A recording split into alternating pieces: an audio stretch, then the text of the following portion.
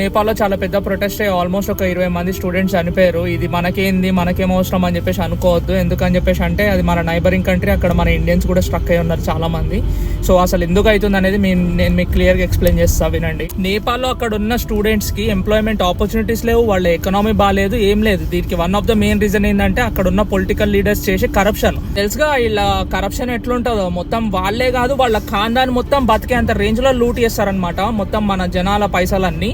So అట్లా చేసేసి వాళ్ళ పిల్లల్ని మొత్తం అబ్రాడ్ లో పంపించి వాళ్ళు అక్కడ షోలు మింగుతా ఉంటే నేపాల్లో ఉన్న యూత్ కి మొత్తం మండి ఏం చేశారంటే మొత్తం తీసుకొచ్చి సోషల్ మీడియాలో మొత్తము రియాలిటీ ఏందో చూపిస్తారు అని చెప్పేసి వాళ్ళు ఏం చేశారు, సోషల్ మీడియా ప్లాట్ఫామ్స్ అన్ని బ్యాన్ చేశారు నేపాల్. ఇక ఈ గవర్నమెంట్ ఇట్లయితే వినదని చెప్పేసి వీళ్ళు ప్రొటెస్ట్ చేయడం స్టార్ట్ చేశారు. ఆ ప్రొటెస్ట్ ఫస్ట్ నార్మల్ గానే స్టార్ట్ అయింది, కానీ గవర్నమెంట్ వాళ్ళు ఏం చేశారు అని చెప్పేసి అంటే వాళ్ళ మీద tear gas, rubber bullet and real bullets అని అటాక్ చేశారు.